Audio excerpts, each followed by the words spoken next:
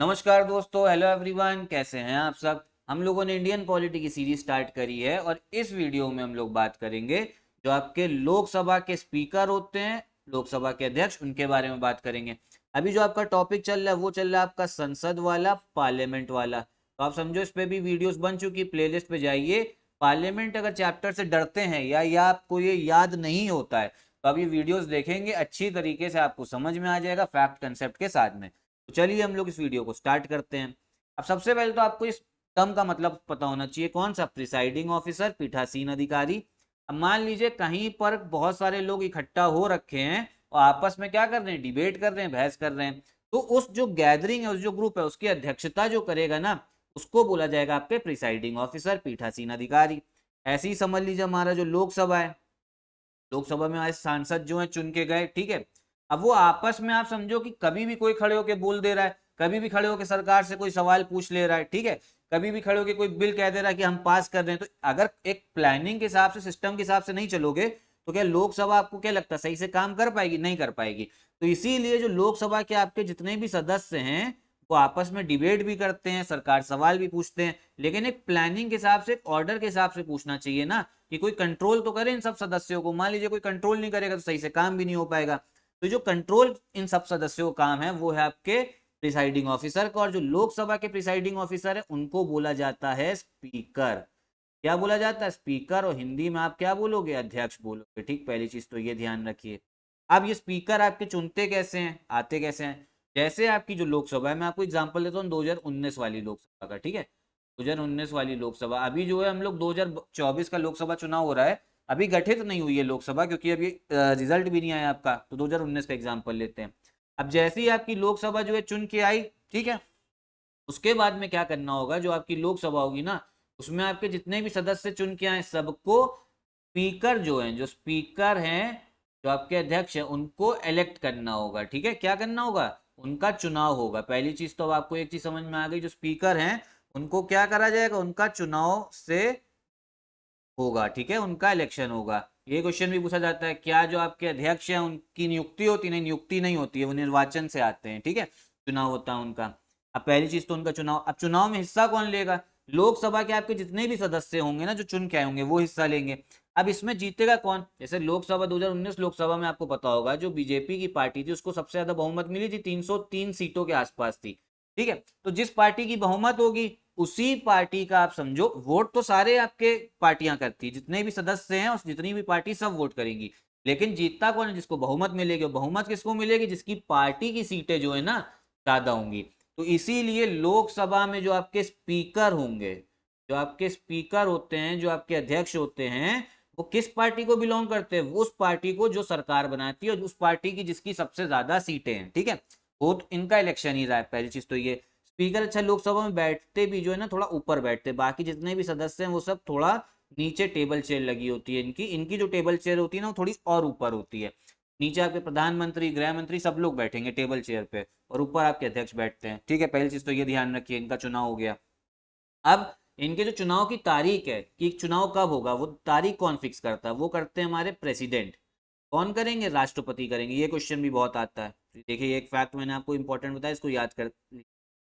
अब यहाँ पे एक चीज ये समझनी है, ये जो आपके लोकसभा के स्पीकर हैं, ये क्या इनको अपने कार्यकाल से पहले हटाया जा सकता है? क्योंकि इनका कार्यकाल भी कब तक रहेगा? जब तक आपकी लोकसभा का कार्यकाल है, नॉर्मल 5 साल, ठीक।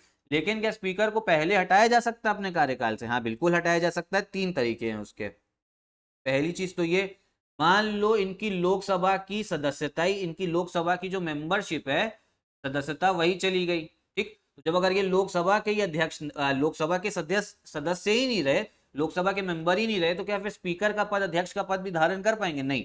क्योंकि लोकसभा का अध्यक्ष कौन बनता है? वही अध्यक्ष बनेंगे लोकसभा के, जो लोकसभा के सदस्य हैं, ठीक है, क्योंकि सदस्यों में से एक जने को चुना जा रहा है। पहली चीज तो ये, अगर सदस्यता चली गई तो स्पीकर अध्यक्ष पद से भी हट जाएंगे। दूसरा, ये अपना रिजाइन कर सकते हैं, त्याग पत्र दे सकते हैं, रिजाइन करेंगे। और रिजाइन, रेजिग्नेशन लेटर किसको देंगे? अपना त्याग पत्र, ये क्वेश्चन भी आता है, ये देंगे आपके डेप्यूटी स्पीकर को, ठीक है। स्पीकर के बाद चुनाव डेप्यूटी स्पीकर का भी होता है। इनको हिंदी में बोला जाता है उपाध्यक्ष, ठीक है, उपाध्यक्ष बोला जाता है, ध्यान। इनको देंगे ये अपना रेजिग्नेशन लेटर। तीसरा क्या है, अगर कोई प्रस्ताव पारित कर दिया आपके लोकसभा ने, इसने कर दिया, लोकसभा ने अगर प्रस्ताव पारित कर दिया तो भी आप समझो इनको हटाया जाएगा, बहुमत से ही प्रस्ताव पारित करना होता। इतनी बात आपके अध्यक्ष को लेके। अब यहाँ पे हमें ये समझना है इनके पास में शक्तियां क्या होती हैं, क्योंकि इनके पास में इंपॉर्टेंट पावर्स भी काफी दे रखी हैं इनको, वो समझिए। पहली चीज तो ये शक्ति इंपॉर्टेंट है कि इनको जो पूरा सदन है, हम लोकसभा की बात कर रहे हैं, ऐसे आप समझो जो राज्यसभा के जो आपके प्रिसाइडिंग ऑफिसर होंगे, जो राज्यसभा के, पर समझ लीजिए जो प्रिसाइडिंग ऑफिसर होते हैं, पीठासीन अधिकारी, उनको बोला जाता है चेयरमैन। क्या बोला जाता है? चेयरमैन। और हिंदी में इनको क्या बोलते हैं? सभापति बोलते हैं।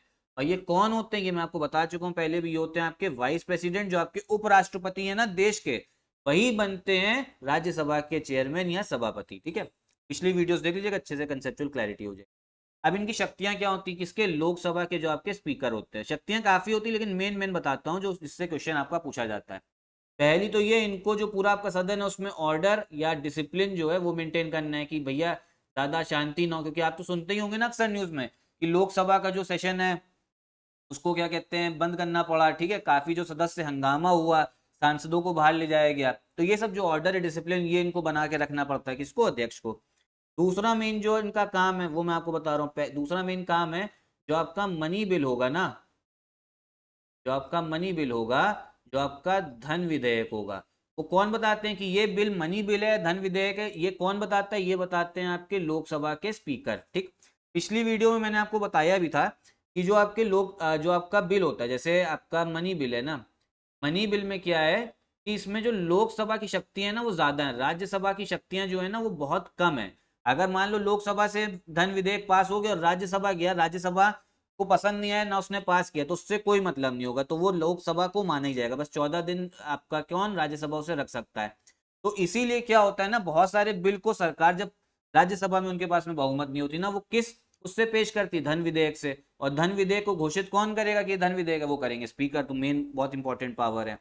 दूसरी है, जब आपकी लोकसभा और राज्यसभा संयुक्त सत्र होता है ना, ज्वाइंट सिटिंग, जब लोकसभा और राज्यसभा, जैसे वैसे क्या है ना, अलग अलग सदन में बैठते हैं, लोकसभा भी अलग बैठेंगी, राज्यसभा भी अलग, लेकिन जब वो लोग साथ में बैठती हैं, लोकसभा राज्यसभा ज्वाइंट सिटिंग, उसकी अध्यक्षता कौन करेंगे? वो करेंगे हमारे स्पीकर। ठीक, फिर एक और चीज है, जितने भी आपके सदस्य हैं, एक आपको पता होगा ना, 10th शेड्यूल हमारे संविधान में बन रखा है, 10वीं अनुसूची। क्या बन रखी? 10वीं अनुसूची। वो क्या बताता है? जो आपका दल बदल कानून है ना, एंटी डिफेक्शन लॉ, उसमें अगर आपके सदस्यों को डिस्क्वालीफाई करना है, ठीक है, दल बदल कानून में अगर सदस्यताओं की, जो आपकी सदस्य हैं उनको अगर डिस्क्वालीफाई करना है, उनकी सदस्यता लेनी है, तो वो भी कौन डिसाइड करते हैं? वो भी आपके अध्यक्ष डिसाइड करते हैं। ठीक है, कौन डिसाइड करेंगे? वो आपके स्पीकर डिसाइड करेंगे।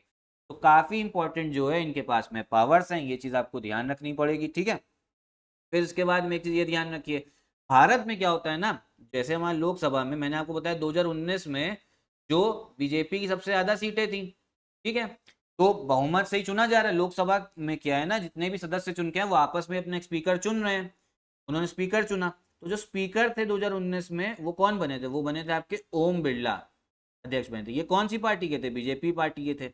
अब आप ये समझो इनके पास में शक्तियां काफी सारी होती हैं। तो जब ये बीजेपी पार्टी के ही हैं, तो जो लोकसभा के अध्यक्ष हैं वो जब काम करेंगे, ऐसा लोग एक्सपर्ट बोलते हैं, तो वो किसी ना किसी हद तक कुछ ना कुछ जो है फायदा पहुंचाएंगे। किसको? बीजेपी को, क्योंकि बीजेपी ने उनको चुन के आपका समझो लोकसभा का अध्यक्ष चुना है अपने सदस्यों में से। तो इसीलिए यहाँ पे भारत में ये बोला जाता है कि जो जितने भी आपके अध्यक्ष बन रहे हैं उनको अपनी पार्टी से इस्तीफा दे देना चाहिए, लेकिन संविधान में इसका कहीं मेंशन नहीं है। जो इंग्लैंड, यूनाइटेड किंगडम, जिन्होंने हमारे ऊपर भैया, जिनका हम वो थे, कॉलोनी थे, वहां पर क्या है ना, जब वहां पर अध्यक्ष चुन के आते हैं स्पीकर, जिस पार्टी ने उनको, जिस भी सदस्य को स्पीकर बनाया है, वो क्या करता है, उस पार्टी से सबसे पहले क्या करना होता है? इस्तीफा देना होता है, ताकि क्या कर सके, आराम से बिना किसी पक्ष के फेवर में क्या डिसीजन ले सके। ठीक है, तो इतनी जो शक्तियां हैं ना, और इतनी बात जो है आपको लोकसभा के अध्यक्ष के बारे में ध्यान रखनी है, इंपॉर्टेंट है, मैंने आपको बताया, इतनी भी बातें बता दी।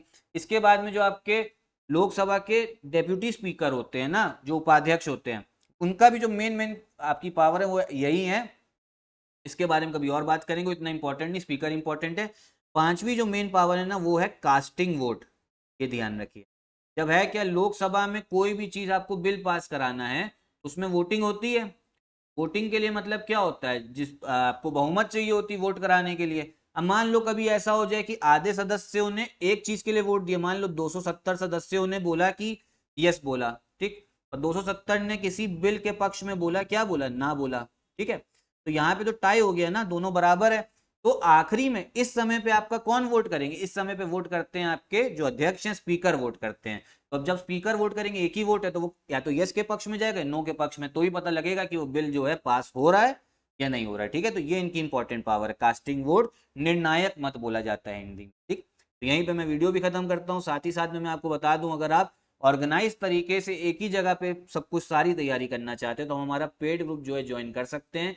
यूपी पीसीएस 2024 के लिए आपका पेड ग्रुप चल रहा है, 2025 के लिए चल रहा है, आर ओ री एग्जाम के लिए भी हमारा पेड ग्रुप जो है चल रहा है। आराम से बढ़िया तरीके से आप तैयारी करके कट ऑफ निकाल सकते हैं। यहीं पे मैं वीडियो भी खत्म करता हूँ। वीडियो अगर आपको पसंद आई हो तो लाइक करिएगा। नमस्कार।